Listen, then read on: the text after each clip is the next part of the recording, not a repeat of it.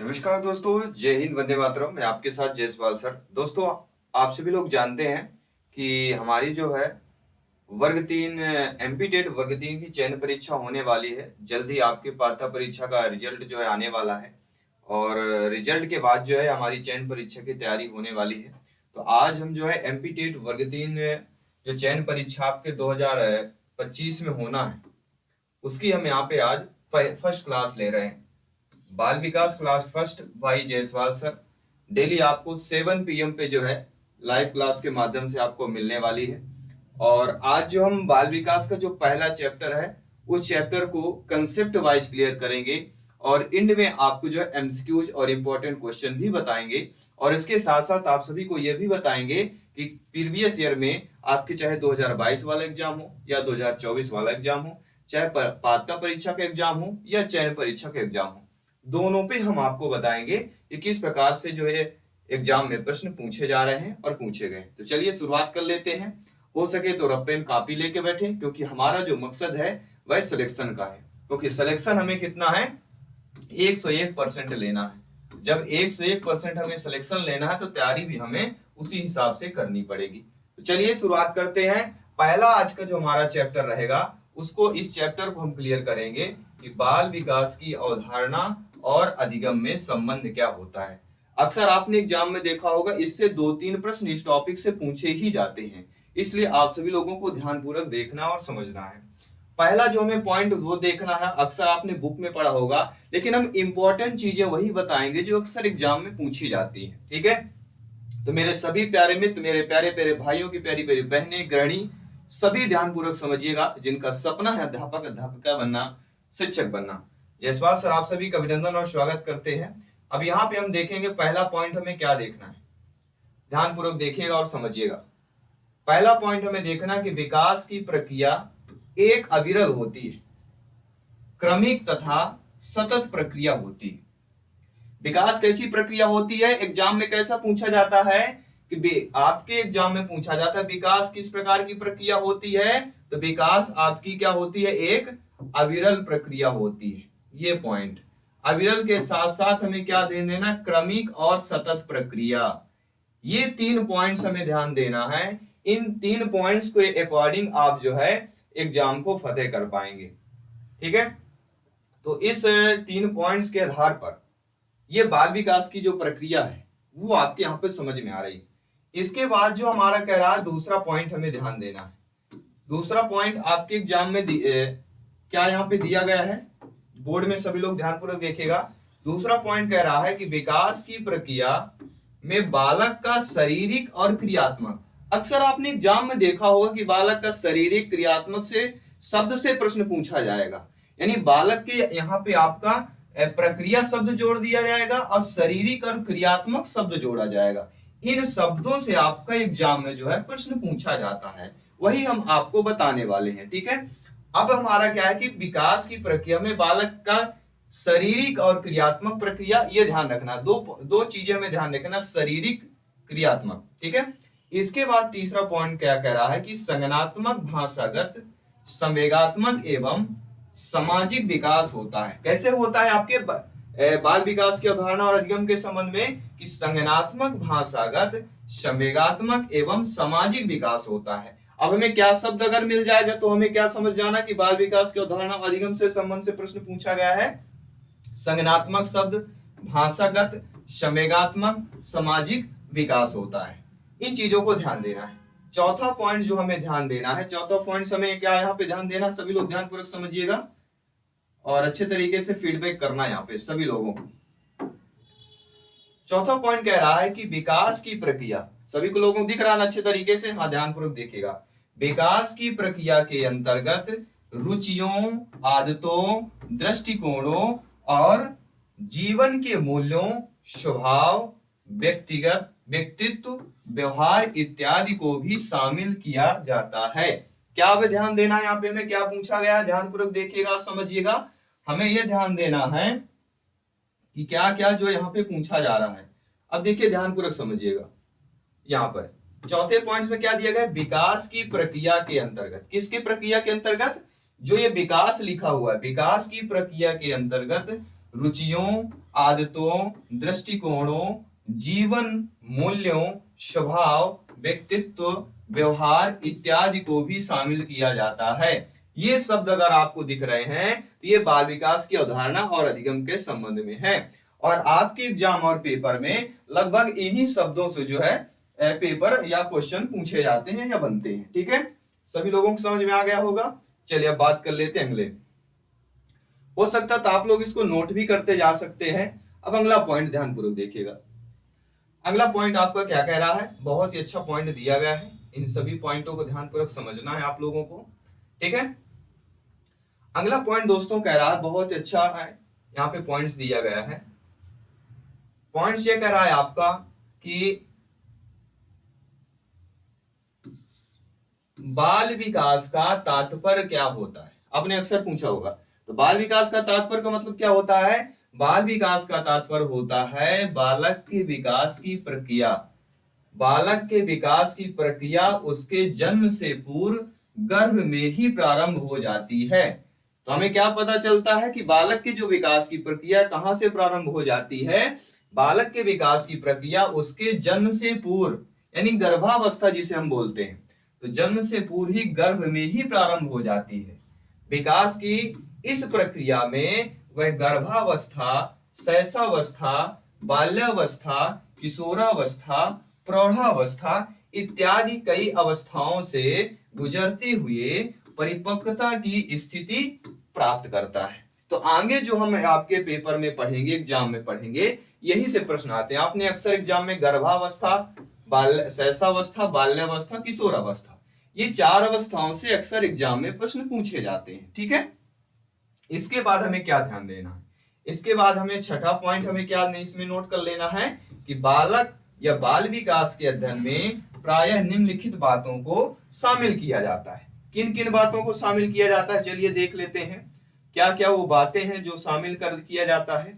पहली बात यह है कि जो शामिल किया जाता है कि जन्म लेने से पूर्व एवं जन्म लेने के बाद, क्या यहाँ पे ध्यान रखिएगा, एक एक चीजें आपको, एक एक पॉइंट्स आपको ध्यान देना, क्योंकि आगे जो हम बताएंगे पूरा डिटेल से बताएंगे, और यही जो है एग्जाम में अभी तक मैंने देखा है कि यहीं से प्रश्न पूछे जाते हैं, इसलिए ध्यानपूर्वक समझना है सभी लोगों को। ठीक है, तो जन्म लेने से पूर्व और जन्म लेने के बाद क्या होता है, परिपक्व होने तक बालक किस प्रकार के परिवर्तन होते हैं, यहां से प्रश्न हम बनेंगे। इसके बाद अगला पॉइंट क्या कहता है कि बालक में होने वाले परिवर्तनों का विशेष आयु के साथ क्या संबंध होता है, आयु के साथ होने वाले परिवर्तनों का क्या स्वरूप होता है, ये सारी चीजें हम आपको पढ़ने वाले हैं। ठीक है, चलिए सभी लोग समझ रहे अच्छे तरीके से।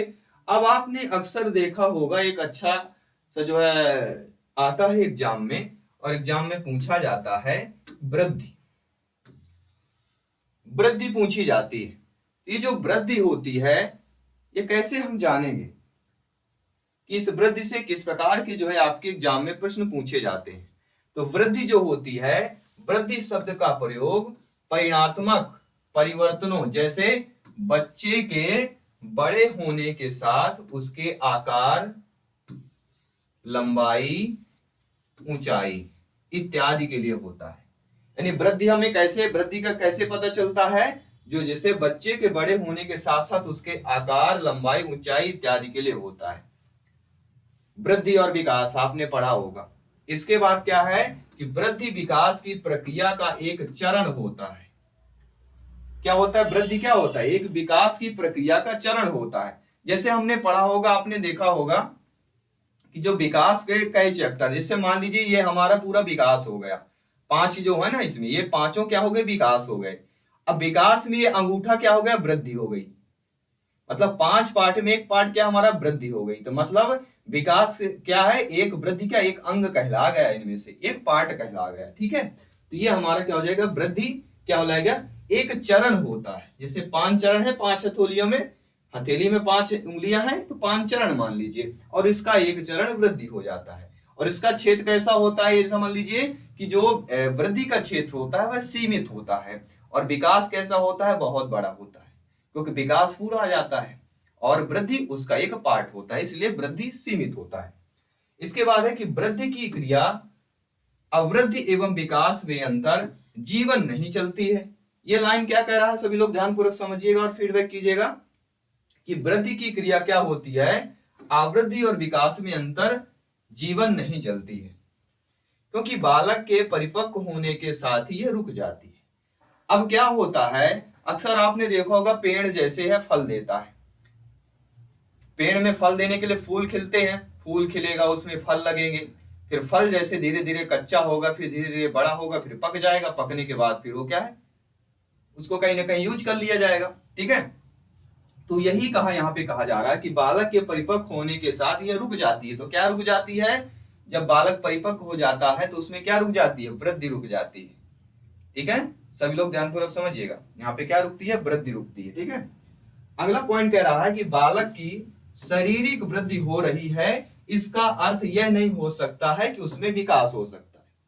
अब यहाँ पे बहुत अच्छा पॉइंट दिया गया है, ये ध्यानपूर्वक देखिएगा, ये पॉइंट बहुत ही अच्छा दिया गया है कि बालक की शारीरिक वृद्धि हो रही है, इसका अर्थ यह नहीं हो सकता कि उसमें विकास हो रहा है, क्योंकि एक पार्ट है। अगर 5 उंगलियों में एक उंगली बढ़ेगी तो पूरा तो नहीं हो जाएगा, क्योंकि ये 5 उंगलियां क्या विकास है हमारी, तो एक बढ़ने से पूरा नहीं बढ़ेगा। इसलिए हम यह नहीं कह सकते हैं कि बालक की शारीरिक वृद्धि हो रही है, इसका अर्थ यह हो कि उसमें विकास हो रहा है।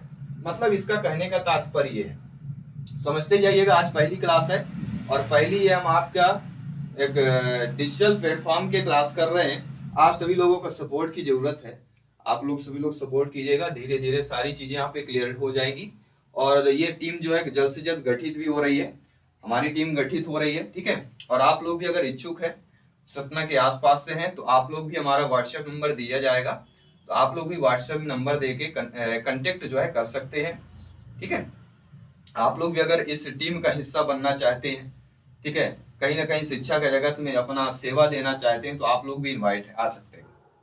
चलिए बात कर लेते हैं विकास, वृद्धि की तो बात हो गई भैया, अब हमारी किसकी बात होगी, सभी शिक्षक बंधु ध्यान दीजिएगा, अच्छे तरीके से यहाँ पे ध्यान देना सभी लोगों को। वृद्धि के बाद हमारा चैप्टर आता है विकास। विकास में क्या होता है, विकास शब्द का प्रयोग परिणात्मक परिवर्तनों के साथ साथ व्यवहारिक कार्य क्षमता, व्यवहार में सुधार इत्यादि के लिए किया जाता है। विकास का प्रयोग किसके लिए किया जाता है, विकास शब्द का प्रयोग परिणात्मक परिवर्तनों के साथ साथ आपके व्यवहारिक कार्य क्षमता, व्यवहार में सुधार इत्यादि के लिए होता है। किसके लिए होता है, ये 3 पॉइंट्स आपको ध्यान देना है। ठीक है, शायद आपको ये ना दिख रहा हो, चलिए दिखेगा। दूसरा क्या देना है, विकास अपने आप में एक विस्तृत अर्थ रखता है। विकास क्या होता है, ये विकास से 5 उंगलियां पूरी हो गई, ये क्या करेगा, अर्थ रखता है अपने आप में। ठीक है, वृद्धि क्या होता है, इसका भाग होता है, ये हम बता चुके हैं। अगला पॉइंट क्या है कि विकास एक सतत प्रक्रिया है और बालक के परिपक्व होने के बाद यह चलती रहती है। जब देखिए, अब यहां पे ध्यान दीजिएगा, वृद्धि में क्या था, वृद्धि में यह था कि जब परिपक्व हो जाएगा तो वृद्धि रुक जाती है, लेकिन विकास जब तक यह जीवन है, इस बॉडी में, शरीर में प्राण है, ठीक है, जीव है, तो वो चलता रहेगा। कहते हैं ना, आपने सुना होगा कि जब इस बॉडी या शरीर किसी इंसान की मृत्यु हो जाती है, उसके बाल फिर भी बढ़ते रहते हैं। तो ये क्या है, विकास की प्रक्रिया होती है।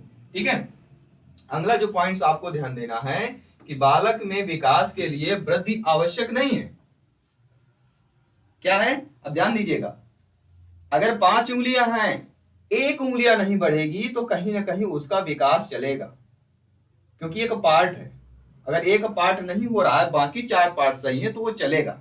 यहाँ पे यही कह रहा है कि बालक में विकास के लिए वृद्धि आवश्यक नहीं है, लेकिन मानव विकास की अवस्थाओं में मानव विकास की एक सतत प्रक्रिया होता है।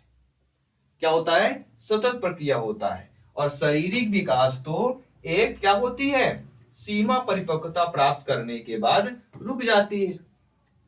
भैया ये हाथ को इतना ही बढ़ना था, ये इतना हाथ है, इसको जाते जाते इतना ही बढ़ना है इसको, इसके बाद ये नहीं बढ़ने वाला, तो क्या होगा, यहाँ पे रुक गया। किंतु क्या होता है, आपने देखा होगा, जो मनोशारीरिक क्रियाओं में विकास निरंतर होता रहता है। भाई शारीरिक क्रियाएं हैं, कभी चोट लगेगी तो अपने आप दिखते हैं। हीमोग्लोबिन की कमी से क्या होता है, हीमोग्लोबिन की कमी से हमारे शरीर में क्या होता है, सभी लोग बताइएगा, ध्यान पूर्वक समझिएगा। यानी मनोशारीरिक क्रियाएं जो होती है वो अक्सर चलती रहती हैं, बढ़ती रहती हैं, इन चीजों पे फोकस करना है। लेकिन मनोशारीरिक क्रियाओं के अंतर्गत मानसिक, भाषाई और संवेगात्मक, सामाजिक एवं चारित्रिक विकास आते ही इनका विकास विभिन्न आयु स्तरों में क्या होता है, भिन्न भिन्न प्रकार से होता रहता है। और विभिन्न आयु स्तरों को मानव विकास की अवस्थाएं कहते हैं। अब हम किस पॉइंट पे आ गए हैं, अवस्थाओं के पॉइंट पे आ गए हैं। ठीक है, अब हम यहाँ पे अवस्था देखेंगे। ठीक है, जो यहाँ पे अच्छे तरीके से पढ़ेंगे वही आगे बढ़ पाएंगे भैया, ये ध्यान रखिए। ये अवस्थाएं आ गई। अभी आपने सोचा होगा सर क्या लेक्चर दे रहे हैं, बस लेक्चर देते जा रहे हैं, मेन पॉइंट तो बता नहीं रहे। चलिए आइए मेन पॉइंट की बात कर लेते हैं। सभी लोग ध्यानपूर्वक समझिएगा, मेन पॉइंट सभी लोगों को चाहिए था। चलिए मेन पॉइंट बता देते हैं। मेन पॉइंट देखिएगा, हमारा मेन पॉइंट यहाँ पे क्या कह रहा है, हमें ये देखना है कि भारतीय जो हमारे, आपने देखा होगा भारतीय उपनिषदों ने मानव विकास की अवस्थाओं को 7 कालों में बांटा है। कितने कालों में बांटा गया है, यहां पे ध्यान रखिएगा, 7 कालों में दोस्तों बांटा गया है। ठीक है, तो ध्यान रखिएगा 7 कालों में बांटा गया है। कौन कौन से काल है ध्यान रखिएगा, हो सकता है काफी में नोट कर लीजिएगा 7 काल कौन कौन से हो जाते हैं। पहला जो आपका काल हो जाता है वो होता है गर्भावस्था से गर्भाधान से जन्म तक। अब इसको यहाँ पे कंफ्यूजन आप लोगों में होगा, ये गर्भावस्था और गर्भाधान ये दोनों चीजें क्या है, सेम ही है, कंफ्यूजन नहीं होना है, दोनों चीजें सेम है। गर्भावस्था गर्भाधान से क्या है, जन्म तक की अवस्था कहलाती है। ये किसको, ये पहली अवस्था कहती है, ध्यान रखिएगा। क्या उनसी अवस्था कहलाएगी, ये प्रथम अवस्था हमारी कहला जाती है 7 में से। इसके बाद आपकी जो द्वितीय अवस्था है, शैशवावस्था से जन्म तक कितने होता है, 5 वर्ष होता है। अब ऐसा तो प्रश्न नहीं आता है कि शैशवावस्था की अवधि बता दीजिए, इतना सरल प्रश्न नहीं आएगा क्योंकि ये चयन परीक्षा होने वाली है। यहाँ पे कैसे प्रश्न आने वाले, इस अवस्था में बच्चा क्या कर सकता है, इस बच्चा में क्या क्षमताएं हो सकती है बालक में, या क्या क्षमताएं नहीं हो सकती है, इसके बारे में हम आगे डिटेल से करेंगे चर्चा। ठीक है, पहले मेन बातें ध्यान रख लीजिए। बाल्यावस्था में क्या होता है, बाल्यावस्था सभी लोग जानते हैं 5 से लेके 12 तक की अवस्था हमारी बाल्यावस्था कहलाती है। ठीक है, किशोर अवस्था सभी लोग जानते हैं भैया, ये भूलने भटकने की अवस्था कहलाती है। यहाँ पे बालक स्थिर तो नहीं रहते हैं। ठीक है ना। इसके बाद आपका युवा अवस्था हो गया। युवा अवस्था सभी लोग जानते हैं 18 से लेके 25 वर्ष तक की अवस्था क्या कहलाती है, हमारी युवा अवस्था कहलाती है। इसके बाद आपका आता है प्रौढ़ावस्था। प्रौढ़ावस्था जो होता है वह 25 से लेके 55 वर्ष की अवस्था में प्रौढ़ावस्था माना गया है। इसके बाद आता है वृद्धावस्था। वृद्धावस्था कब तक होती है, 55 वर्ष के बाद आपके मृत्यु तक, जब इंसान की मृत्यु नहीं हो जाती तब तक जो है वह आपके किस कैटेगरी पे आता है, वृद्धावस्था की कैटेगरी पर आता है। तो ये चीजें आपने देख लिया, समझ लिया। ठीक है, इसके बाद हमें क्या देखना समझना है, अब क्या दोस्तों चल रहा है। इस समय हमने देखा इस समय क्या देखा, अधिकतर मानव विकास का अध्ययन निम्नलिखित 4 अवस्थाओं के अंतर्गत होता है। कितनी अवस्थाएं होती हैं, 4 अवस्थाएं होती हैं। अब इन 4 अवस्थाओं में कौन कौन सी आपकी अवस्था होती है, आपकी स्क्रीन पर है। पहला होता है शैशवावस्था, जन्म से लेके यानी 0 से लेके 6 वर्ष तक की अवस्था, या कहीं कहीं आपको 0 से लेके 5 वर्ष भी लिखा रहेगा। ठीक है, तो कंफ्यूजन नहीं होना है। 0 से लेके 6 वर्ष या 5 वर्ष तक की अवस्था हमारी शैशवावस्था कहलाती है। बाल्यावस्था जो कहलाती है वह 6 से लेके 12 वर्ष तक की अवस्था कहलाती है। इसमें से 6 से लेके 9 तक की अवस्था पूर्व बाल्यावस्था कहलाती है, और 9 से लेके 12 वर्ष तक की अवस्था में आपका उत्तर बाल्यावस्था कहलाती है। मेरे सभी प्यारे मित्र, मेरे सभी भाई बहन अच्छे तरीके से समझिएगा और सभी लोग सपोर्ट कीजिएगा। आगे हम क्वेश्चन भी करेंगे, आप सभी लोग इंतजार, क्वेश्चन का सब सर जो है कब कराएंगे, तो क्वेश्चन भी हम कराएंगे। ठीक है, इसके बाद आपको क्या ध्यान देना है, यहाँ पे ध्यान देना है सभी लोगों को कि शिक्षा की दृष्टि से प्रथम 3 अवस्थाएं महत्वपूर्ण होती हैं। कौन कौन सी, शैशव, बाल्यावस्था और किशोर अवस्था, शिक्षा की दृष्टि। इसलिए शिक्षा मनोविज्ञानों ने इन्हीं 3 अवस्थाओं में होने वाले मानव विकास का अध्ययन किया जाता है। अधिगम अर्थात लर्निंग, इसका अर्थ क्या होता है? सीखना। अधिगम एक कैसी प्रक्रिया होती है? सीखना एक अधिगम प्रक्रिया है जो जीवन पर्यंत चलती रहती है। सीखने की कोई उम्र नहीं होती, ये ध्यान रखिएगा। आपने अक्सर देखा होगा कि मैंने देखा था सोशल मीडिया में कि एक वृद्ध अवस्था में रहते हैं, 70 से 75 वर्ष की उम्र हो गई, वो कॉलेज कर रहे हैं। तो सीखने की उम्र नहीं होती है, आप जब चाहें सीख सकते हैं, ठीक है। और ऐसा भी है, शिक्षा के द्वारा हम कुछ भी अर्जित कर सकते हैं। इसके द्वारा क्या होता है? व्यवहार में परिवर्तन होता है। शिक्षा होगी तभी आपके व्यवहार में परिवर्तन होगा, तभी आपके नॉलेज होगा, ठीक है, जानकारी आपको मिलेगी। इसके बाद है जन्म के तुरंत बाद से ही व्यक्तित्व सीखना प्रारंभ कर देता है। व्यक्ति क्या करता है? जैसे जन्म होता है बालक, कुछ ना कुछ सीखना, आपने बोला बालक होगा, हंसने लगते हैं बालक, आप जैसे क्रियाएं करेंगे बालक भी वैसे क्रियाएं करने लगता है, ठीक है। फिर अधिगम जो होता है व्यक्तित्व के सर्वांगीण विकासों में क्या होता है? सहायक होता है, और इसके द्वारा जीवन के लक्ष्यों को प्राप्त करने में सहायता मिलती है। और अधिगम के बाद क्या होता है? व्यक्तित्व स्वयं दुनिया को समझने के लिए योग्य हो जाता है। यानी अधिगम मतलब जब हम सीखते हैं तो सीखने के बाद वह इस दुनिया को समझने के योग्य बन जाता है, ठीक है। चलिए अब मेन पॉइंट्स की बात करेंगे, ठीक है। कुछ प्रमुख परिभाषाएं हैं जो एग्जाम में पूछी जाती हैं, याद रखिएगा। ये परिभाषाएं बहुत इंपॉर्टेंट है, याद रखिएगा सभी लोग, ये परिभाषाएं नोट कर लीजिएगा। मेरे सभी शिक्षक बंधु जिनका सपना है अध्यापक अध्यापिका बनना, जायसवाल सर आप सभी का अभिनंदन स्वागत करते हैं। सभी मित्रों को, सभी शिक्षक बंधुओं को, प्रत्येक ब्रदर्स सिस्टर एंड टीचर्स को अभिनंदन स्वागत करते हैं। साथियों, जो परिभाषाएं यहाँ पे अक्सर एग्जाम में पूछी जाती हैं, उन परिभाषाओं की बाद में हम चर्चा करते हैं। ये परिभाषाएं गेट्स के अनुसार अक्सर एग्जाम में जो है पूछी जाती है परिभाषा कि अनुभव द्वारा व्यवहार में रूपांतर लाना ही अधिगम है।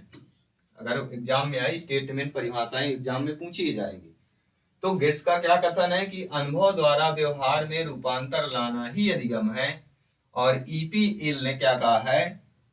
ईए पील की परिभाषा है, ईए पील के अनुसार अधिगम व्यक्तित्व में एक परिवर्तन है जो उसके वातावरण के परिवर्तन के अनुसरण में होता है। इसके बाद हम टॉप 30 एमसीक्यूज भी करेंगे, क्वेश्चन भी करेंगे, तो ध्यानपूर्वक सभी को समझना है, ठीक है। चलिए, इसके बाद क्रो और क्रो की क्या परिभाषा है भैया? क्रो और क्रो की भी परिभाषा इन्होंने भी दिया है। और आगे हम ये भी पहचान बताएंगे कि परिभाषाएं जो होती हैं जिन मनोवैज्ञानिकों को होती हैं, आप कैसे पहचान पाएंगे, उसकी पहचान भी हम आपको बताएंगे, ठीक है। तो क्रो और क्रो की परिभाषा क्या है कि सीखना आदतों, ज्ञान, अभिवृत्तियों का अर्जन होता है। क्या है? सीखना आदतों, ज्ञान एवं अभिवृत्तियों का अर्जन होता है।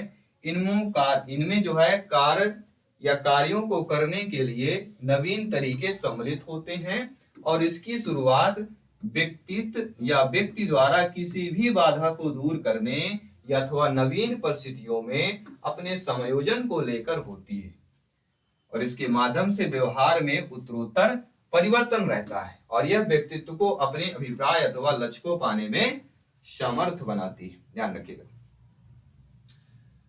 अब हमें मेन पॉइंट ध्यान देना है। मेन पॉइंट हमारा क्या है? ध्यान रखिएगा। मेन पॉइंट्स कह रहा है कि बालक के विकास की विभिन्न अवस्थाओं एवं उनका अधिगम में संबंध क्या होता है।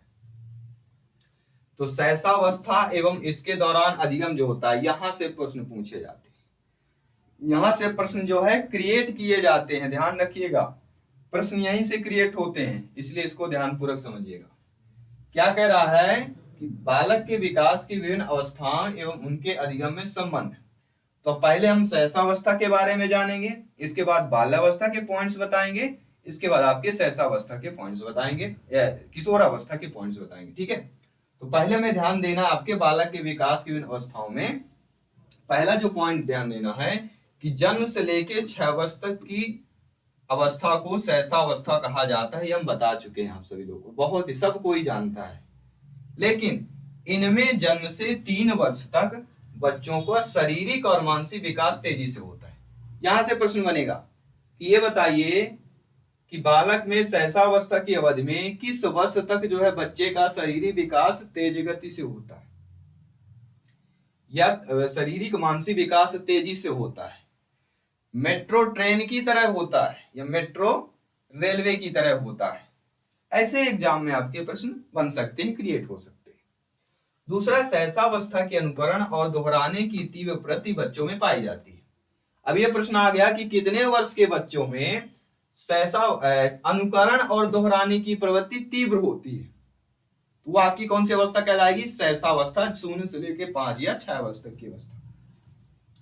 इसी काल में बच्चों का समाजीकरण भी प्रारंभ होता है। तो बच्चे का समाजीकरण कब प्रारंभ होता है? सभी लोग बताइएगा, बच्चे का जो समाजीकरण है वो कब प्रारंभ होता है? सभी लोग बताइए, कब प्रारंभ होता है? सहसावस्था में होता है। बच्चे का जो समाजीकरण है वो कब प्रारंभ होता है? सहसावस्था में होता है। और इस काल में जिज्ञासा की तीव्र प्रवृत्ति बच्चों में पाई जाती है। प्रश्न आता है कि बच्चों में जिज्ञासा की तीव्र प्रवृत्ति कब पाई जाती है? तो बच्चों में जिज्ञासा की तीव्र प्रवृत्ति कब पाई जाती है? आपके सहसावस्था में पाई जाती है। और साथ ही साथ मनोवैज्ञानिकों ने दृष्टि से यह काल भाषा सीखने की सर्वोत्तम अवस्था मानी। तो मनोवैज्ञानिकों ने बालक की किस अवस्था को भाषा सीखने की अवस्था का सर्वोत्तम काल माना है? वह कहलाती है सहसावस्था। यह काल शिक्षा की दृष्टि से सर्वाधिक महत्वपूर्ण माना जाता है। शिक्षा की दृष्टि से महत्वपूर्ण माने जाने वाला काल कौन सा है? वह आपका सहसावस्था काल कहला जाएगा। ठीक है, सभी लोग ध्यानपूर्वक समझिएगा। अब सहसावस्था हो गया, चलिए बाल्यावस्था की बात कर लेते हैं। ध्यानपूर्वक समझिएगा बाल्यावस्था। साथियों, बाल्यावस्था और इसके दौरान जो अधिगम होता है वो हम जानेंगे और समझेंगे। ठीक है, बाल्यावस्था के दौरान जो अधिगम होता है, क्या होता है कि 6 से लेके 12 वर्ष तक की अवस्था को बाल्यावस्था कहते हैं। ये तो हम बता चुके हैं आपको। ठीक है, सिंपल सी। बाल्यावस्था के प्रथम चरण 6 से 9 में बालकों की क्या होती है? अब देखिए, यहां से प्रश्न बनता है भैया, प्रश्न यहीं से बनता है। कैसे बनता है? बाल्यावस्था के दौरान प्रथम चरण में 6 से, प्रथम चरण क्या कहलाता है? बाल्यावस्था में 2 चरण होते हैं। प्रथम चरण को हम पूर्व बाल्यावस्था के नाम से जानते हैं। तो 6 से लेकर 9 वर्ष तक की अवस्था में बालकों की क्या होती है? आपके लंबाई एवं भार दोनों बढ़ते हैं। प्रश्न आ गया कि बालक के किस अवस्था में लंबाई और भार दोनों बढ़ते हैं? बाल्यावस्था, पूर्व बाल्यावस्था अगर दे दिया गया तो वहां पे कंफ्यूजन हो जाएगी, क्योंकि हमने तो बाल्यावस्था पढ़ा है।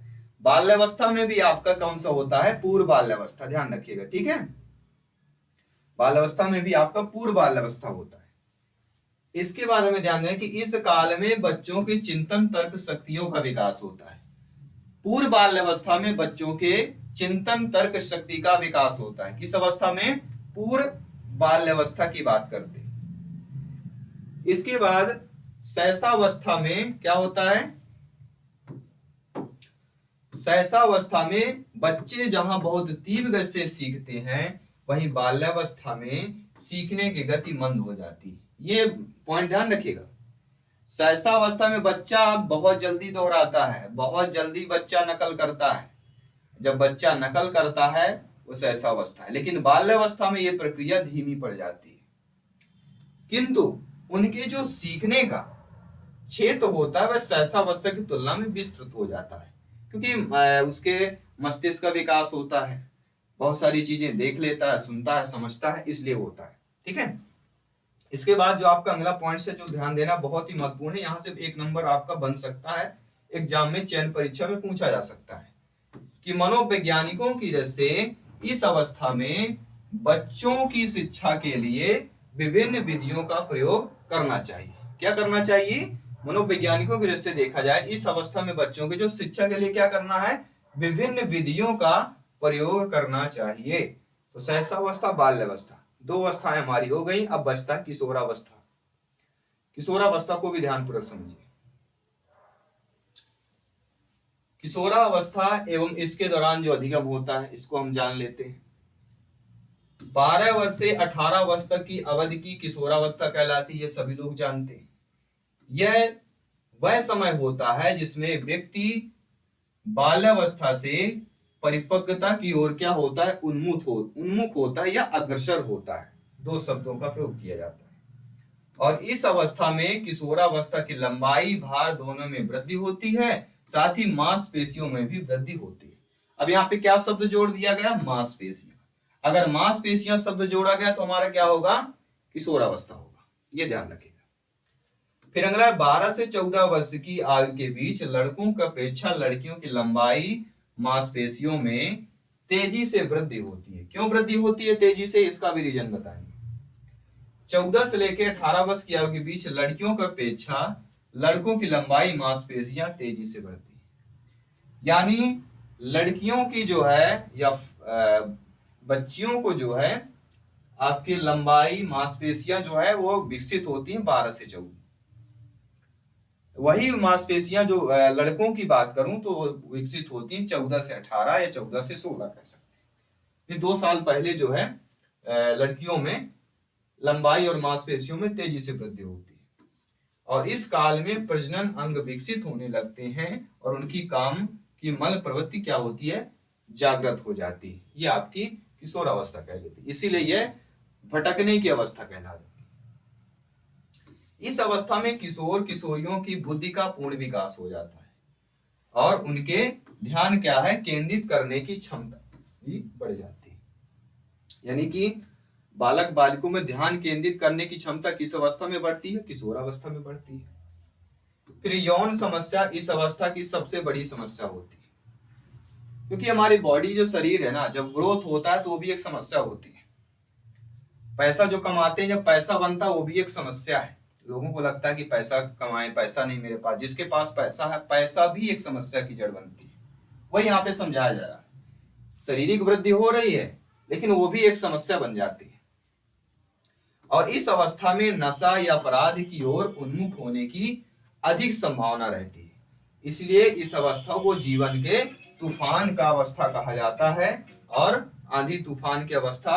और इसमें एक परिभाषा भी है, जो हम परिभाषा भी एक बताएंगे आपको। अगला जो मेन पॉइंट्स ध्यान रखना, इसके बाद हम क्वेश्चंस करने जा रहे हैं कि किशोरावस्था के शारीरिक बदलावों का जो प्रभाव होता है वह किशोर जीवन की मानसिक और मनोवैज्ञानिकों पहलुओं पर रहता है। ये ध्यान रखिएगा, ठीक है। तो तीनों अवस्थाएं जो अक्सर एग्जाम में पूछी जाती है, इनके बारे में हमने आपको डिटेल से बताया। अब आती है विकास के जो है आपके विभिन्न आयाम होते हैं। क्या होते हैं विकास के विभिन्न आयाम, ठीक है।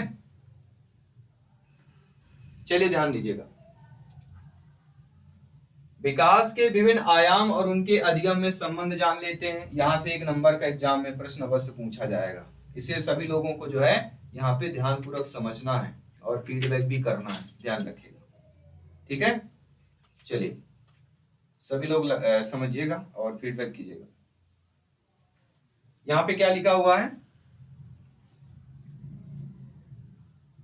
कि बाल विकास को वैसे तो कई आयामों में विभाजित किया जा सकता है, किंतु बाल विकास बाल मनोविज्ञान के अध्ययन की दृष्टि से देखा है। किसके अनुसार, बाल मनोविज्ञान के अध्ययन की दृष्टि से अगर देखा जाए, इसका जो विकास है वह 6 भागों में किया गया है। पहला जो है आपका शारीरिक विकास, जिसे हम फिजिकल डेवलपमेंट बोलते हैं। इसके बाद आता है मानसिक विकास, कॉग्निटिव और मेंटल डेवलपमेंट। भाषाई विकास, लैंग्वेज डेवलपमेंट। सामाजिक विकास, सोशल डेवलपमेंट। संवेगिक विकास, इमोशनल डेवलपमेंट। मनोगत्यात्मक, मोटर डेवलपमेंट। यहां से प्रश्न एग्जाम में बनते हैं। इन टॉपिक्स को आपको ध्यानपूर्वक समझना है, ठीक है। चलिए अब बात आती है हमारे प्रश्नों की, कर लेते हैं। क्या सभी लोग तैयार हैं? प्रश्न अब करने जा रहे हैं। इन प्रश्नों को ध्यान रखिएगा और इन प्रश्नों को सभी लोगों को नोट करना है। क्या क्या हम यहाँ पे 30 क्वेश्चंस करने जा रहे हैं, ठीक है। तो सभी लोग ध्यानपूर्वक यहाँ पे समझिएगा क्या क्या है यहाँ पे हमारे होने वाले हैं। और इन सभी को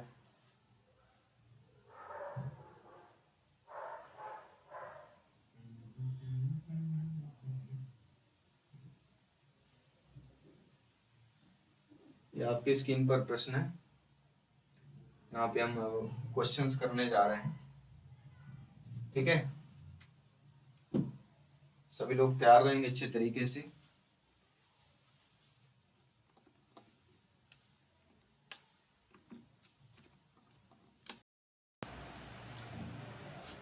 चलिए, तो यहाँ पे अब क्वेश्चंस आ चुके हैं दोस्तों आपके। बाल विकास अवधारणा और अधिगम्य समन्वय में टॉप 30 क्वेश्चंस करने जा रहे हैं, सभी लोग ध्यानपूर्वक समझिएगा। ठीक है, चलिए यहाँ पे प्रश्न दिया गया है, सभी लोग समझिएगा और फीडबैक कीजिएगा। प्रश्न हमारा क्या पूछा गया है, आपके स्क्रीन पर पहला प्रश्न है कि विकास की गति एक वृक्ष से दूसरे में भिन्न होती है, किंतु यह एक नमूने का अनुगमन करती है। ये क्या करती है, किसी एक नमूने का अनुगमन करती है। 4 ऑप्शन दिए गए हैं, सभी लोगों को कमेंट करके बताना भी है कि कौन सा ऑप्शन जो है यहाँ पे आप लोगों का सही होने वाला। एड़ी चोटी से, अव्यवस्थित से, अप्रत्याशित से या क्रमबद्ध व्यवस्था से। 4 बेहतरीन लाजवाब ऑप्शंस दिए गए। क्या क्या प्रश्न है कि विकास की गति एक वृक्ष से दूसरे में भिन्न होती है, किंतु यह एक नमूने का अनुगमन करती है। किस नमूने का अनुगमन करती है, सभी लोगों को बताना है। 4 बेहतरीन लाजवाब ऑप्शंस दिए गए। ठीक है, चलिए सभी लोग बताइएगा क्या क्या यहाँ पे प्रश्न होने वाला। इसका आंसर, राइट आंसर क्या होगा, सभी लोग बताइए। जी हाँ दोस्तों, जो आपका प्रश्न दिया गया है, प्रश्न हमारा क्या कह रहा है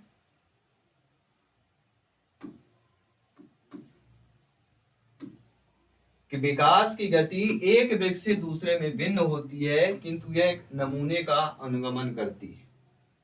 वह नमूना कौन सा होता है, क्रमबद्ध और व्यवस्था। क्या होगा, क्रमबद्ध और व्यवस्था होगा। क्यों होगा, क्योंकि विकास की गति एक व्यक्ति से दूसरे से क्या होती, भिन्न होती है। किसी भी 2 व्यक्तियों की विकास की गति बराबर नहीं हो सकती है। आपने तो कोई पहले चलने लगता है, कोई 1 महीना बाद चलता है, कोई बच्चे 2-2 साल तक चलना सीखते हैं, कोई बच्चा 7-8 महीने से चलना सीख लेता है। तो क्रमबद्ध और व्यवस्था क्या हो जाएगा यहाँ पे।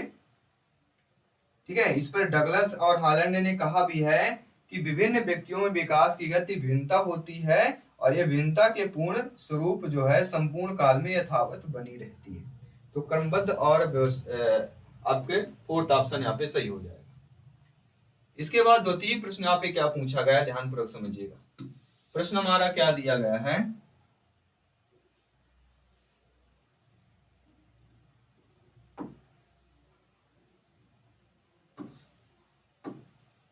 कि एक बालक की वृद्धि से कौन सा कारक संबंधित नहीं है। यानी कि जो प्रश्न में 3 कारक होंगे जो संबंधित होंगे, लेकिन एक कारक ऐसा बताना जो आपका संबंधित नहीं। तो बालक की वृद्धि में कौन सा कारक संबंधित नहीं है, पोषण, निद्रा, स्वास्थ्य, अधिवास। सभी लोग बताइए। देखिए, आप सभी लोग जानते हैं पोषण जो है, वृद्धि हो, पोषण, खाना पीना तो बालक को चाहिए ही, निद्रा भी चाहिए, सोने का भी, तभी उसका स्वास्थ्य अच्छा रहेगा। स्वास्थ्य भी अच्छा होगा तभी उसका सब चीजें अच्छी हो पाएंगी। लेकिन अधिवास, बालक की वृद्धि से अधिवास कारक जो है संबंधित नहीं होता, क्योंकि अधिवास बालक की आवश्यकताओं से संबंधित। अधिवास क्या है, आवश्यकता है। अधिवास आवश्यकता हो जाती है हमारी। क्या है यहाँ पे, आवश्यकता है। आवश्यकता से जो है बच्चे में वृद्धि का जो है संबंधित कारक नहीं होगा। आवश्यकता से किससे होगा, पोषण, निद्रा और स्वास्थ्य हो जाएगा। चलिए फटाफट क्वेश्चन करते हैं। अगला प्रश्न देखिएगा क्या कह रहा है, स्क्रीन पर दिया गया है। अगला प्रश्न है कि शारीरिक अंगों अथवा संपूर्ण जीव की बढ़ोतरी को क्या कहते हैं। आपने देखा होगा शारीरिक अंग होते हैं जो हमारे, और संपूर्ण जीव की जो बढ़ोतरी, बढ़ोतरी मतलब बढ़ना होता है, इस बढ़ने को क्या कहेंगे, समृद्धि कहेंगे, विकास कहेंगे, परिपक्वता कहेंगे या क्रमबद्ध विकास कहेंगे, क्या कहेंगे, सभी लोग बताइएगा। शारीरिक अंगों अथवा संपूर्ण जीव की बढ़ोतरी को क्या कहा जाता है, सभी लोग बताइए। जो हमारे शारीरिक अंग होते हैं और शारीरिक जो बढ़ोतरी होती है अंगों अथवा संपूर्ण जीव की जो बढ़ोतरी हुई होती है उसको एक शब्द में क्या कह सकते हैं? समृद्धि कहा जाता है। क्या कहा जाएगा उसको? समृद्धि कहा जाएगा। समृद्धि या वृद्धि। अब यहाँ पे देखिए, अगर यहाँ पे शब्द वृद्धि दे दिया जाए तो कंफ्यूज नहीं होना है, ठीक है? वृद्धि समृद्धि दोनों एक ही चीजें हैं, कंफ्यूजन बिल्कुल नहीं लाना। क्यों नहीं लाना है? क्योंकि आप सभी लोग जानते हैं, क्या जानते हैं कि समृद्धि जो होती है आमतौर पर मानव के शारीरिक विभिन्न अंगों का विकास और उनके कार्य की क्षमता का विकास माना जाता है, इसलिए यहाँ पे समृद्धि की बात समृद्धि वाला सही हो जाएगा, ठीक है?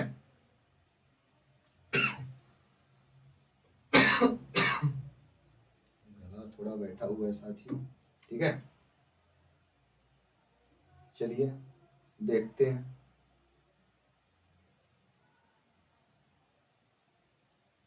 अगला प्रश्न क्या कह रहा है आप लोगों को?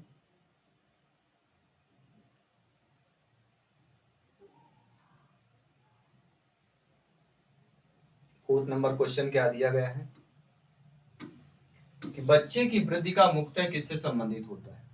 किसी बच्चे का वृद्धि जो है वह किससे संबंधित होगा? सभी लोग बताइएगा, बच्चे का वृद्धि जो है वह किससे संबंधित हो जाएगा?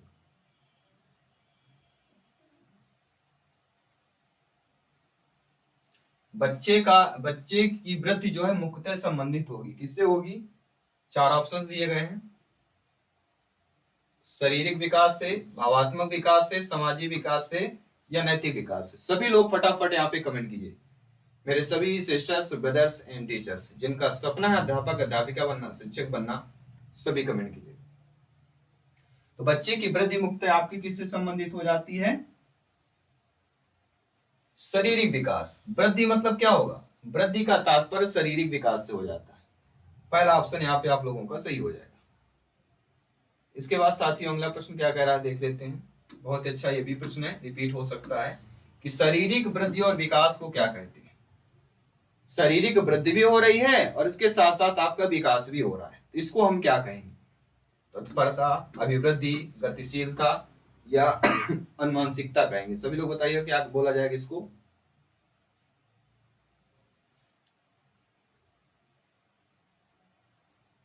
चलिए, यहाँ पे कमेंट आ चुका है आप लोगों का, बहुत बहुत धन्यवाद कमेंट करने के लिए, फीडबैक करने के लिए। यहाँ पे हमारा क्या होगा? शारीरिक वृद्धि और विकास अगर हो रहा है तो उसको हम क्या बोलेंगे? अभिवृद्धि बोला जाएगा। उसको क्या बोला जाएगा साथियों? अभिवृद्धि बोला जाएगा, ठीक है? समझ में आ गई बात? चलिए, बहुत बहुत धन्यवाद सभी का। इसी तरह अच्छे तरीके से आप लोग समझते जाइएगा और फीडबैक करते जाइएगा, ठीक है? अगला प्रश्न कह रहा है कि निम्नलिखित में से कौन सा कथन वृद्धि की विशेषता का प्रतिनिधित्व नहीं करता है? नेगेटिव प्रश्न दिया गया है।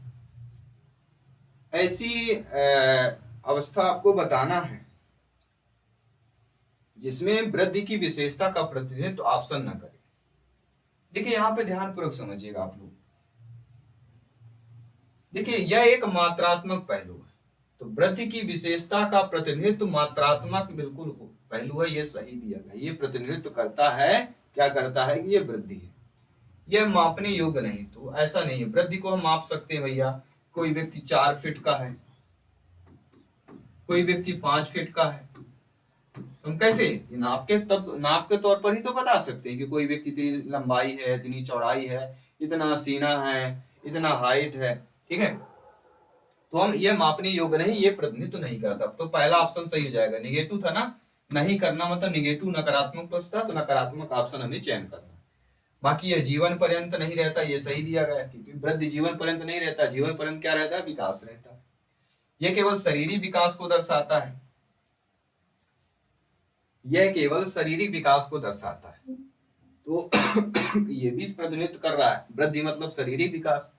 लेकिन आपका बी ऑप्शन जो है अकॉर्डिंग टू क्वेश्चन सही हो जाएगा, ठीक है? यहाँ पे जो बी ऑप्शन दिया गया है वह आपका यहाँ पे सही हो। इसके बाद अगला प्रश्न देखते हैं। अगला 7th नंबर क्वेश्चन दिया गया आपके स्क्रीन पर है। 7th नंबर क्वेश्चन क्या कह रहा है कि वृद्धि के बारे में क्या सही नहीं दिया गया है? सभी लोग बताइएगा, वृद्धि के बारे में क्या सही नहीं दिया गया है?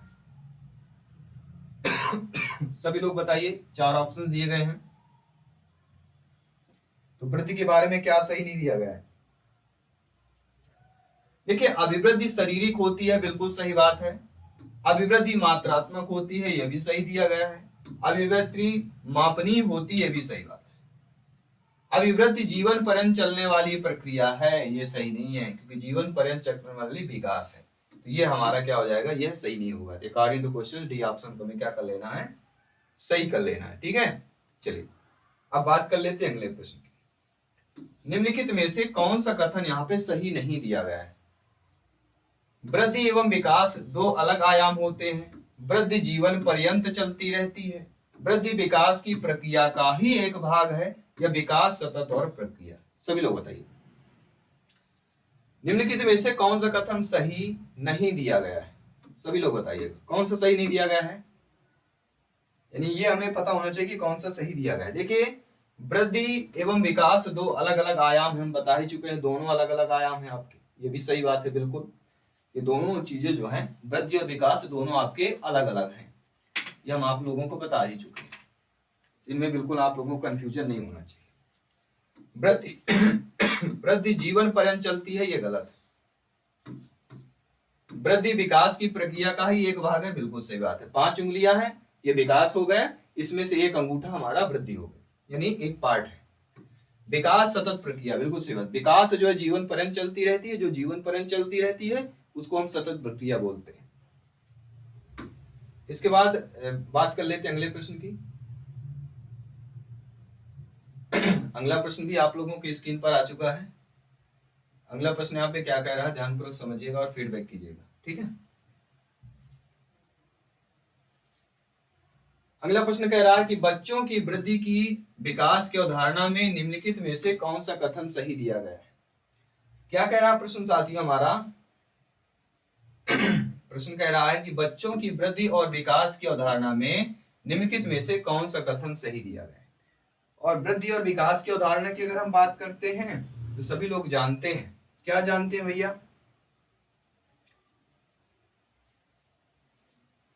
कि वृद्धि केवल जैविक और भौतिक परिवर्तनों को संदर्भित करता है, लेकिन विकास मानसिक, सामाजिक और भावनात्मक परिवर्तनों को संदर्भित करता है। वृद्धि स्थिर है, किंतु विकास एक सतत प्रक्रिया है। विकास के बिना वृद्धि नहीं हो सकती है, या वृद्धि और विकास जीवन भर चलता रहता है। ये ऑप्शंस दिए गए आपके, ठीक है। चलिए सभी लोग ध्यानपूर्वक समझिएगा और फीडबैक कीजिएगा। चलिए सभी लोग बताइए कौन सा राइट आंसर हो जाएगा इसका। बच्चों की वृद्धि और विकास के उदाहरणों में नीचे ऑप्शन दिए, केवल ए सही होगा, केवल ए और बी दोनों सही होंगे, ए व बी डी सही होगा, या बी और सी सही होगा। कौन सा सही होगा सभी लोग बताइए। देखिए यहाँ पे हम कह सकते हैं कि वृद्धि केवल जैविक और भौतिक परिवर्तनों को संदर्भित नहीं करता है, लेकिन विकास मानसिक, सामाजिक और भावात्मक परिवर्तनों में संदर्भित करता है। ये बात बिल्कुल सत्य दिया गया है। वृद्धि स्थिर है, किंतु विकास एक सतत प्रक्रिया है, ये भी हम जान चुके हैं। अब वृद्धि और विकास से कितने भी प्रश्न आए आपसे बिल्कुल बनेगा, और आपको बता देता हूँ वृद्धि और विकास के 2 नंबर से पूछे ही जाते हैं। ये चैप्टर से 2 नंबर के एग्जाम में प्रश्न आएगा, इसलिए आप सभी लोगों को ध्यानपूर्वक समझना है। इसके बाद अगला प्रश्न देख लेते हैं। अगला प्रश्न कह रहा है कि विकास के प्रत्येक चरण के लिए सामाजिक अपेक्षा को क्या कहा जाता है? जो विकास का प्रत्येक चरण होता है उसके सामाजिक अपेक्षा को हम क्या कहते हैं? तो सामाजिक अपेक्षा को हम क्या कहेंगे? विकासात्मक कार्य कहेंगे। कि ना तो आवश्यकताएं कहेंगे, ना ही बाधाएं, ना विकासात्मक क्षेत्र। यहाँ पे आंसर दे दिया गया मिसप्रिंट, तो पहला ही ऑप्शन दे दिया गया आंसर पहले से ही, तो आप लोगों ने आंसर तो देख ही लिया होगा क्या क्या आंसर होता है, ठीक है। चलिए अगला प्रश्न देखते हैं। कथन कह रहा है कि बच्चे सही ढंग से नहीं सीख पाते अगर वह अवस्था या अल्पोषित है। तर्क और वो कथन वाले तो एग्जाम में आते ही आते प्रश्न है भैया, सभी लोग ध्यानपूर्वक समझिएगा। बच्चे ढंग से सीख नहीं पाते अगर वह में क्या होंगे, अल्पोषित होंगे। तर्क क्या कह रहा है कि विकास के सभी आयाम परस्पर रूप से जुड़े हुए हैं। शारीरिक विकास संज्ञानात्मक विकास को क्या है, प्रभावित करता है। अब सही विकल्प चुनना है। ए और आर दोनों सही है। आर सही व्याख्या एक ही करता है। ए और आर दोनों सही है, लेकिन सही आर सही व्याख्या नहीं करता है। और अगला कह रहा है कि सी और ए सही है लेकिन आर सही नहीं। ए सही है लेकिन आर सही नहीं।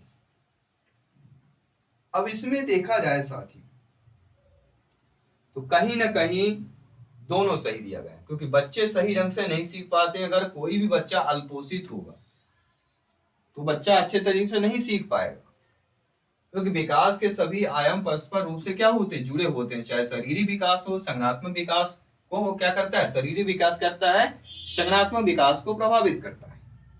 इसलिए दोनों हमारा तर्क, कथन और तर्क दोनों सही है। इसलिए हमारा कौन सा ऑप्शन सही हो जाएगा, सभी लोग बताइएगा। किसमें दिया गया है, पहला वाला ऑप्शन। तो पहला वाला ऑप्शन जो है हमारा, ए और आर दोनों सही हैं, और आर सही व्याख्या भी करता है। इसके बाद अगला प्रश्न देखते हैं।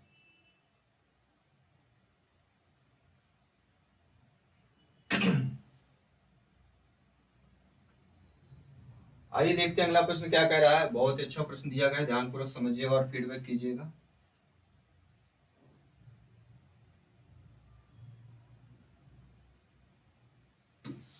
बाल विकास में खाली स्थान से खाली स्थान तक होने वाली वृद्धि का बदलाव का अध्ययन किया जाता है। किसमें अध्ययन किया जाता है, जो बाल विकास में खाली स्थान से खाली स्थान तक होने वाले वृद्धि का बदलाव का अध्ययन किया जाता है। किसमें किया जाता है, सब लोग बताइएगा। तो ये आपके किसमें किया जाता है, गर्भाधारण और किशोरावस्था। यानी बाल विकास में गर्भाधारण से किशोरावस्था तक होने वाली वृद्धि का बदलाव अध्ययन किया जाता है। किसमें, बाल विकास में किया जाता है। इसके बाद अगला प्रश्न देखते हैं। 13 नंबर क्वेश्चन क्या कह रहा है, आपके स्क्रीन पर है। विकास खाली स्थान से खाली स्थान की ओर बढ़ता है।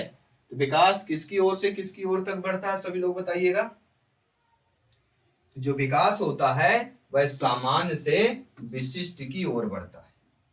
विकास कैसे बढ़ता है, सामान्य से लेके विशिष्ट की ओर विकास बढ़ता है। कहां से, सामान्य से विशिष्ट की ओर बढ़ता है। इसके बाद अगला प्रश्न क्या कह रहा है, देखिए ध्यानपूर्वक।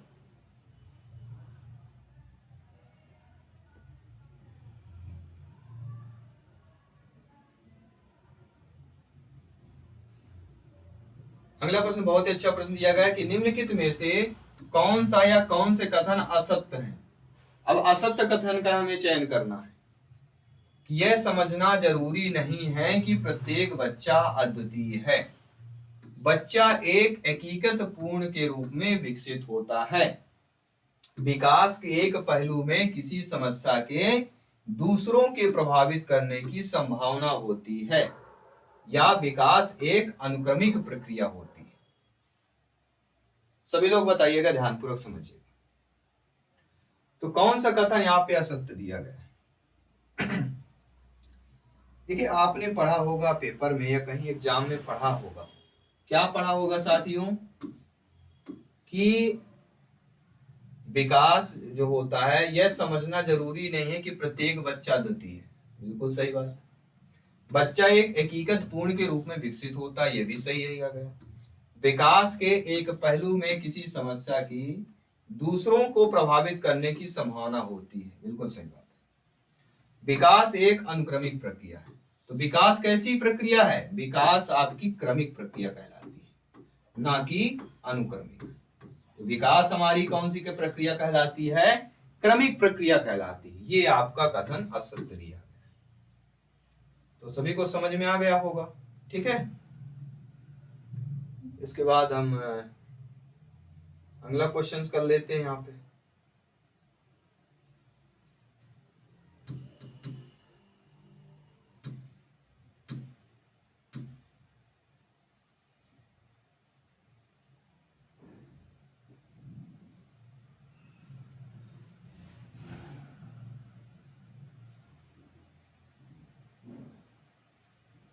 चलिए अगला क्वेश्चन क्या कह रहा है, सभी लोग देखिएगा, ध्यानपूर्वक समझिएगा।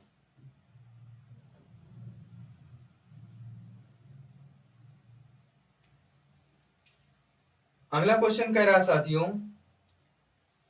खाली स्थान तब होता है या होती है जब परिपक्वता अनुभव के कारण मनुष्य में क्रमबद्धताशील परिवर्तन होता है। क्या कह रहा है, तब होती है, तब होता या होती है परिपक्वता और अनुभव के कारण मनुष्य में क्या होती है, कारण मनुष्य में क्रमबद्ध प्रगतिशील परिवर्तन होता है। देखिए जब मनुष्य में क्रमबद्ध प्रगतिशील परिवर्तन होगा तो वह हमारा विकास कहलाएगा। वह क्या कहलाएगा, यहाँ पे आपका क्रमबद्ध विकास की बात करते हैं। क्योंकि विकास तब होता है, विकास कब होता है, आप जानते हैं कि विकास तब होता है जब आपका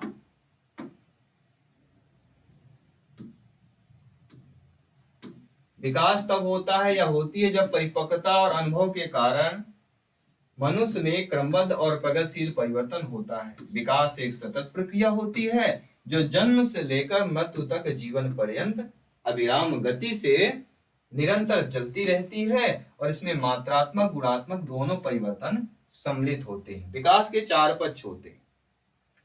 पहला होता है शारीरिक विकास, शरीर विकास के बाद फिर आपका दूसरा होता है संज्ञानात्मक विकास, तीसरा होता है सामाजिक विकास और चौथा होता है संवेगात्मक विकास। कौन कौन से होते हैं, चार ये होते हैं, सभी लोग देख लीजिए कौन कौन से चार होते हैं। सभी लोगों ने जान लिया, समझ लिया। आइए बात करते हैं अगले प्रश्न। निम्नलिखित में से कौन सा कथन व्यक्ति के विकास की प्रक्रिया के बारे में सही दिया गया है। अब यहाँ पे व्यक्ति के विकास की प्रक्रिया के बारे में सही बताना है। तो व्यक्ति के विकास की प्रक्रिया के बारे में जो हमारा कथन सही दिया गया है वह कथन है कि विकास की प्रक्रिया में सांस्कृतिक विविधताएं होती हैं। अब ये सांस्कृतिक विविधताएं हो गया, ये जो पॉइंट दिया गया है ना, इसको ध्यान से देखिए। क्योंकि विकास की प्रक्रिया एक दिशी या निश्चित है, तो विकास कभी निश्चित नहीं होता है। जहां पे निश्चितता की बात आती है तो विकास नहीं होगा, निश्चितता में वृद्धि की बात हो सकती है। यह केवल व्यक्ति की अनुमानसिकता में प्रवृत्त केवल शब्द दे दिया गया, तो विकास में केवल मान नहीं है क्योंकि यह सीमित नहीं है। ठीक है, विकास केवल ये भी निगेटिव, विकास के लिए केवल निगेटिव हो जाएगा। क्योंकि विकास के लिए एक उंगली काफी नहीं है, पूरी हथेली चाहिए। यानी 5 पार्ट है तो पांचों पार्ट होना चाहिए। विकास हो सकता है एक पार्ट ना हो, फिर भी 4 पार्ट होना चाहिए। यानी विकास केवल शब्द विकास के लिए नहीं चलेगा। ये पॉइंट ध्यान रखिएगा, विकास में अगर केवल दिया गया है वह निगेटिव हो जाएगा, यानी उसके लिए वह उत्तर बना ही नहीं है। निम्नलिखित में से व्यक्तियों में कौन सा विकास के विषय में सही नहीं दिया गया है। क्या सही नहीं दिया गया, आप सभी लोग जानते हैं। देखिए विकास बहुआयामी और बहुमुखी होता है, सही बात है, बिल्कुल सही दिया गया है। सांस्कृतिक परिवर्तन से विकास प्रभावित नहीं होता, ये गलत है। अभी हमने पढ़ा सांस्कृतिक परिवर्तन से क्या होता है, विकास प्रभावित होता है, और ये हमारा ऑप्शन कह रहा है नहीं होता है, इसलिए ये आपका विषय विकास के लिए सही नहीं होगा। यही आंसर हो जाएगा according to questions. B option is the right answer. ठीक है, बी ऑप्शन यहाँ पे हो जाएगा। इसके बाद अगला जो हमारा कथन से रिलेटेड है, ठीक है, उसको ध्यानपूर्वक समझिएगा और यहाँ पे सभी लोगों को फीडबैक करना है।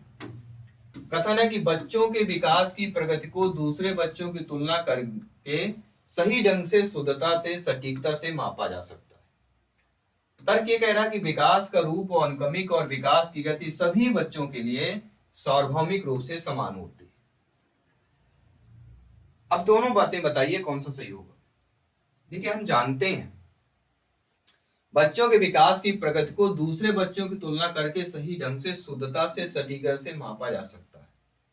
विकास का रूप व अनुक्रमिक एवं विकास की गति सभी बच्चों सार्वभौमिक रूप से समान होती है। तो सभी बच्चों के लिए विकास समान नहीं,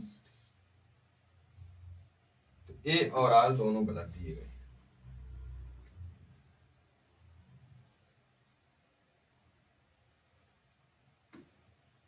ठीक है, चलिए बात कर लेते हैं। अगला हमारा कह रहा है, अगला क्या कह रहा है, सभी लोग ध्यानपूर्वक समझिए।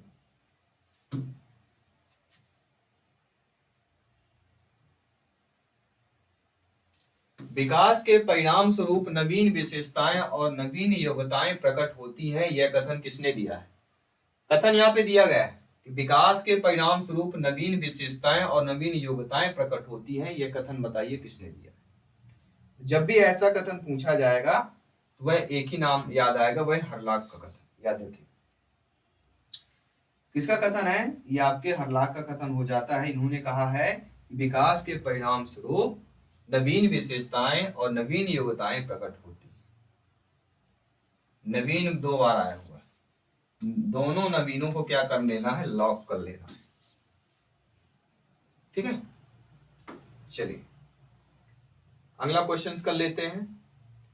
लास्ट क्वेश्चन करेंगे, इसके बाद अगला जो हमारा क्लास लेके आएंगे उसमें पूरा और जितने भी इंपॉर्टेंट क्वेश्चन हैं, प्रीवियस ईयर में पूछे क्वेश्चन हैं, उन सभी क्वेश्चन को हम करने वाले हैं। ठीक है, तो अगली क्लासेस की और भी बेस्ट होने वाली है, क्योंकि वो सारे क्वेश्चंस हम करेंगे जो प्रीवियस ईयर में पूछे गए होंगे। ठीक है, चलिए इस क्वेश्चन को करिए। सभी लोगों को कमेंट करके बताना है कि निम्नलिखित में से कौन सा कथन सही दिया गया है?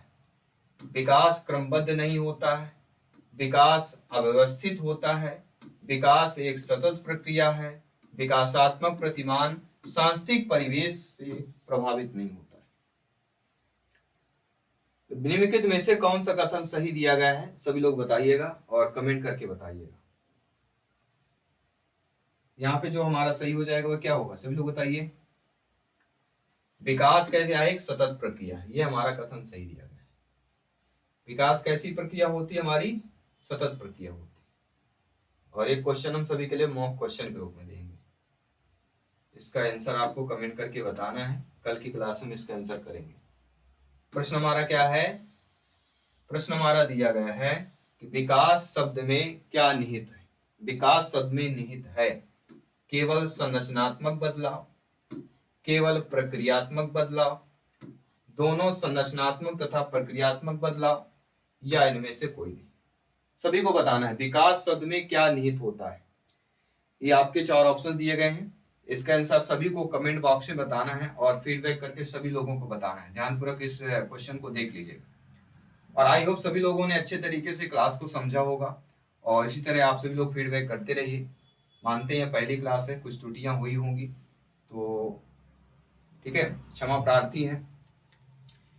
ठीक है, तो सभी लोग ध्यानपूर्वक समझिएगा। हम जल्द सेट कर रहे हैं कि लाइव क्लासेज स्टार्ट हो और सभी सब्जेक्ट की क्लासेज स्टार्ट हो। हमारी कोशिश ये है, क्योंकि इस बार का सपना है कि हर घर से शिक्षक बनना है।